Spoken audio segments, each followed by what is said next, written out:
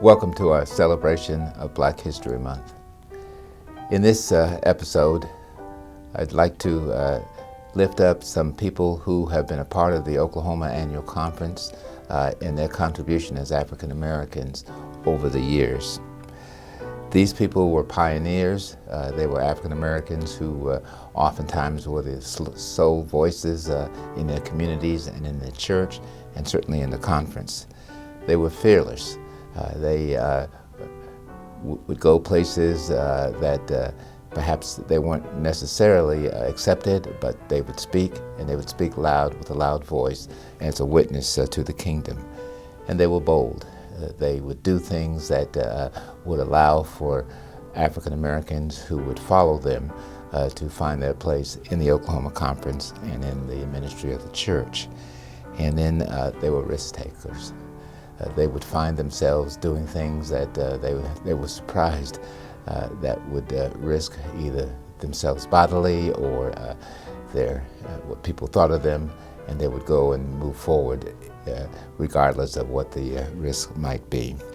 So I want to lift up these persons as African Americans that I have been and have known throughout my years in the Oklahoma Annual Conference. The first person I'd like to talk about is Lucille Van Sant. Lucille was a lay woman out of the Wynnewood United Methodist Church. She was involved with the UMW of the Oklahoma Conference and was just a bold and outstanding person. She always fought for social justice and always proclaimed that the conference needs to pay attention to people of color and to all those who were trying to fit in and become part of the annual conference. She was involved with the UMW. She was an annual conference delegate each year from her church. She was on the general conference delegation for several quadrenniums. She was a key person at the Wynnewood United Methodist Church, and she was, of course, a key African-American lay woman in the Oklahoma Conference as I was coming through the conference. She had a bold voice.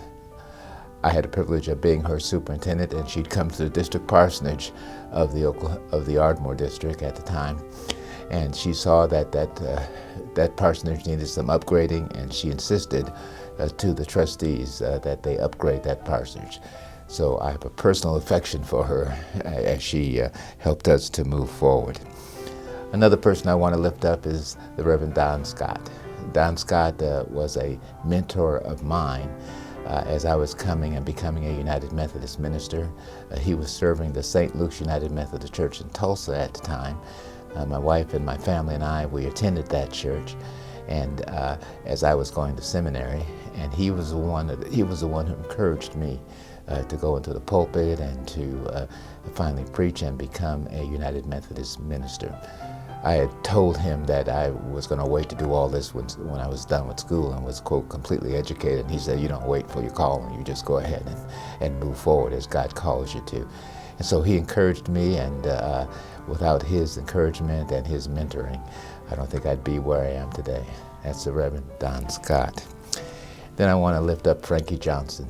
Frankie Johnson was and continues to be an outstanding minister in our annual conference. She's retired now, but she was the first black female district superintendent of the South Oklahoma City District at the time.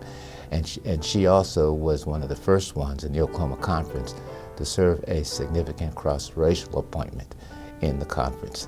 What a difference that made in where we are now and how we assign pastors to churches. Her competence and her spirit, as well as her pastoral leadership, was just outstanding in the churches that she served. I had the privilege of being her superintendent when she served the Ardmore Warren District and helped that church move towards payment of 100% apportionments, which they had done for quite a while. The last person I want to lift up during this time is Earl Mitchell. Earl Mitchell, a leader in Stillwater and a leader in the conference. He was on many conference committees. His voice was of wisdom and of a person who understood what the challenges were for African Americans and for the entire conference as we tried to move together.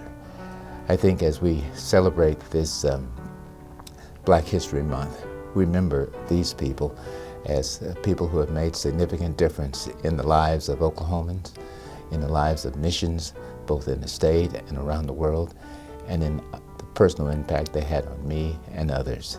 And we're grateful for their presence with us.